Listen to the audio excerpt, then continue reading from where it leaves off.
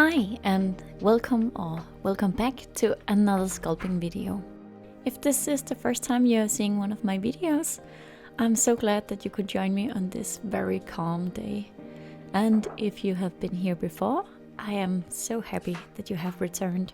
And if you have seen some of my other videos, you know that I always need a snack from my garden before I can start. And I was right in the last video where I said that I thought that the apples and pears in my garden would be ripe soon. They absolutely are, and they taste sweet and fresh, and just how can you not get into fall spirit with that? Fall is definitely my favorite season, and even though I love summer, I just been waiting for the clock to hit September and the fall spirit to start.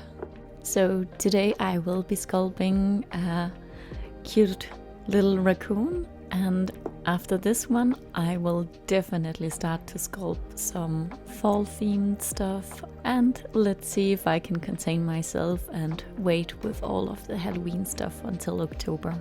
Because if there is one thing I love more than fall, it is Halloween.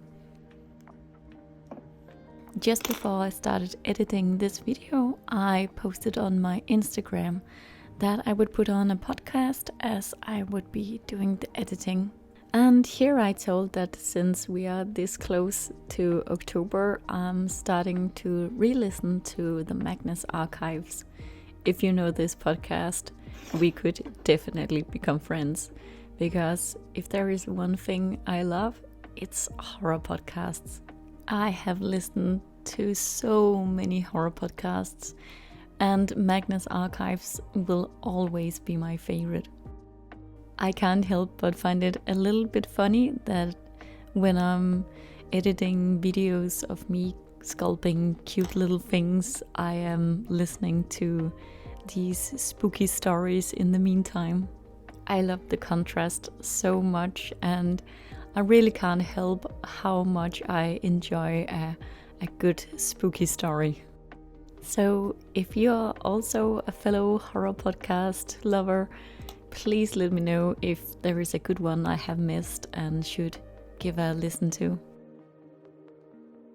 In case you don't know, the clay I am sculpting with is called Monster Clay. It's an oil-based clay, which means it doesn't dry. I can keep reusing it again and again, and I just fell in love with it the first time I started using it. This clay comes in 3 types of softness. Of course, you have the soft one, the medium, and a hard one. And this determines how much heat you need to use in order to make the clay soft. When I started out using this clay, I used the soft one. Since I didn't know much about the clay, I thought it was a good idea using one that didn't need much heat. But when I realized I loved this clay, I bought the one in the medium hardness and realized that this one was so much better. The soft one is so soft that the heat of your fingers is more than enough to make the clay soft. Even though this means that you don't need a heat gun to work with the clay, and that is very nice on its own, it also means that when you're sculpting like small things as I am, you're accidentally gonna ruin some parts of your sculpt with the heat of your fingers. And the reason why I'm telling you all of this is I accidentally mixed some of my soft clay with my medium clay as I was sculpting this raccoon. And it's very difficult to tell the 2 clays apart by just looking at them. So some of the parts on this sculpt was made with the soft one and some was made with the medium one. And the reason why this was a big problem as I was sculpting was, just as I said, that the heat of your fingers will ruin some details. And since I had a hard time knowing what was the soft clay and medium clay, it just became very frustrating to hold the sculpt. I haven't been working with the soft clay for years, so I was really not used to how little pressure you need to apply when you're sculpting with this clay. If you're also doing something creative, you might also know how big of a difference it makes if you don't have the right tools or the materials you're used to. The softness of the clay might seem like a minor difference, but it made the sculpting experience so difficult. Lesson learned to keep my two clays very far apart in the future.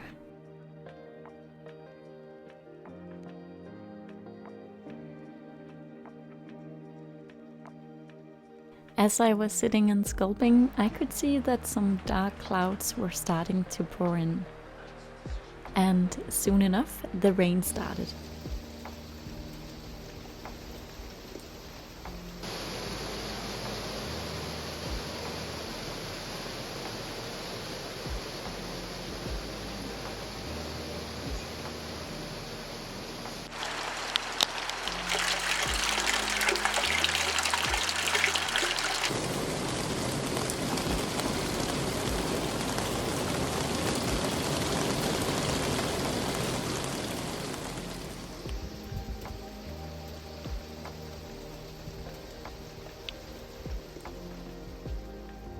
If the pear from my garden wasn't enough to get me into the fall spirit, this rain definitely helped.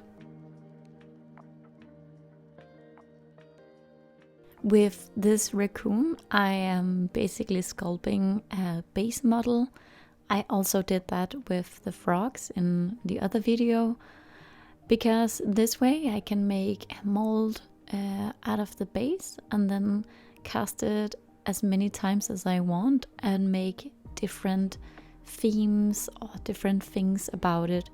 So for this raccoon, I was thinking maybe doing a lot of small pieces of trash that was around it or on its head, or maybe it was holding it when I was done with the base model. Making a mold of the base model gives me a lot of freedom to not commit to one thing, but try out a lot of different things later on. I could also imagine a lot of leaves around this raccoon would look absolutely adorable, especially for the fall and Halloween season. Here in Denmark, you can't really buy any fall decor or like anything good for Halloween. It's all meant for kids, so it's made out of plastic and has this very childish look to it.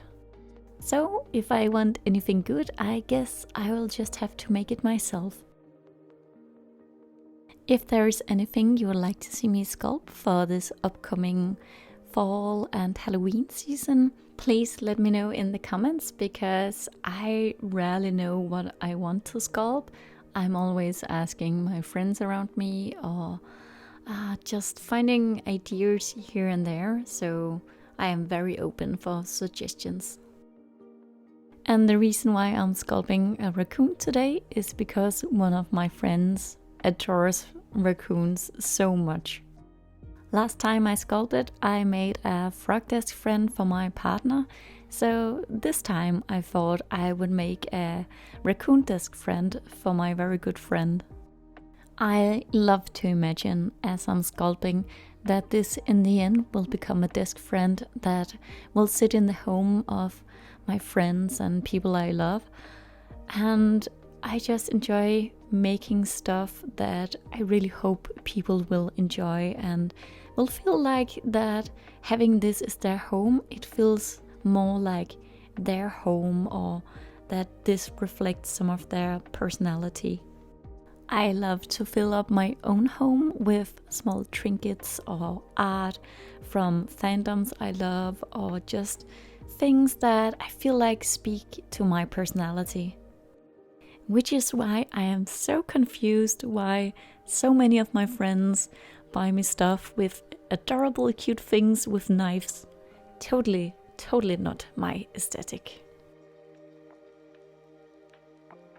But I think when I am done with this base model, I will personalize this raccoon with snacks for my friend. Because if there's one thing she loves, it's definitely snacks. So I'll make one with snacks for her and one with fall leaves for myself. But I also think my sister will enjoy very much the one with fall leaves as well. This makes me curious too, if you had to personalize this raccoon, what would you add to it to feel like it fitted into your home or fitted your personality? I would absolutely love to hear that in the comments. And I got so happy last week that so many of you let me know if you preferred these videos where I am talking compared to the ones where I would only text some stuff. I am still just trying out stuff, so your feedback means a lot to me. And I enjoy so much to hear what you guys are thinking. So please don't be shy in the comments. And with that, the cloud cleared and the rain stopped.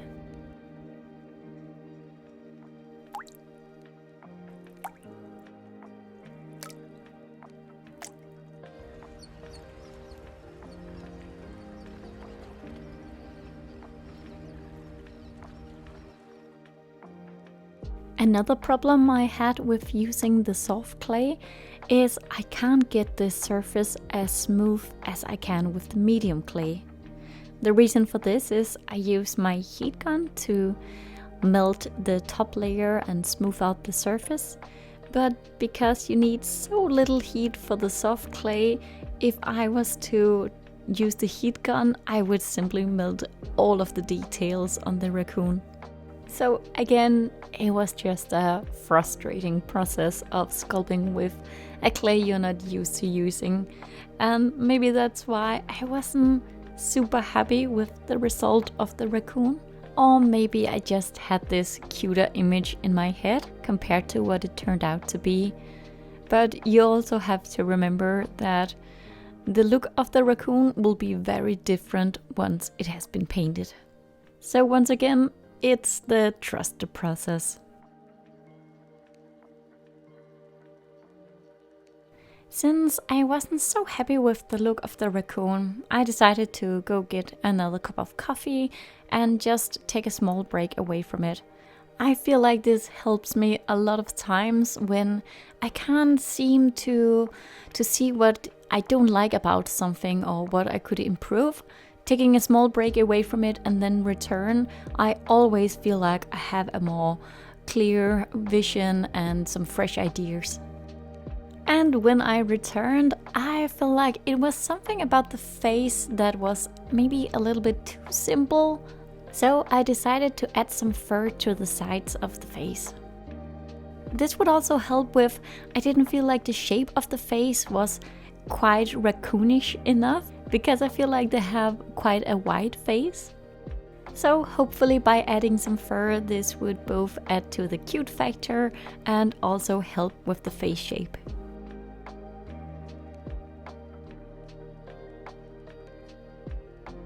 And with some small touch-ups, the raccoon is done and we are done sculpting for today. And also with that, I would like to thank you so much for watching this video all the way till the end. Remember to let me know if you had any personalization to your raccoon, or if you were also a horror podcast lover and had any suggestions for me. I really hope to see you in another video.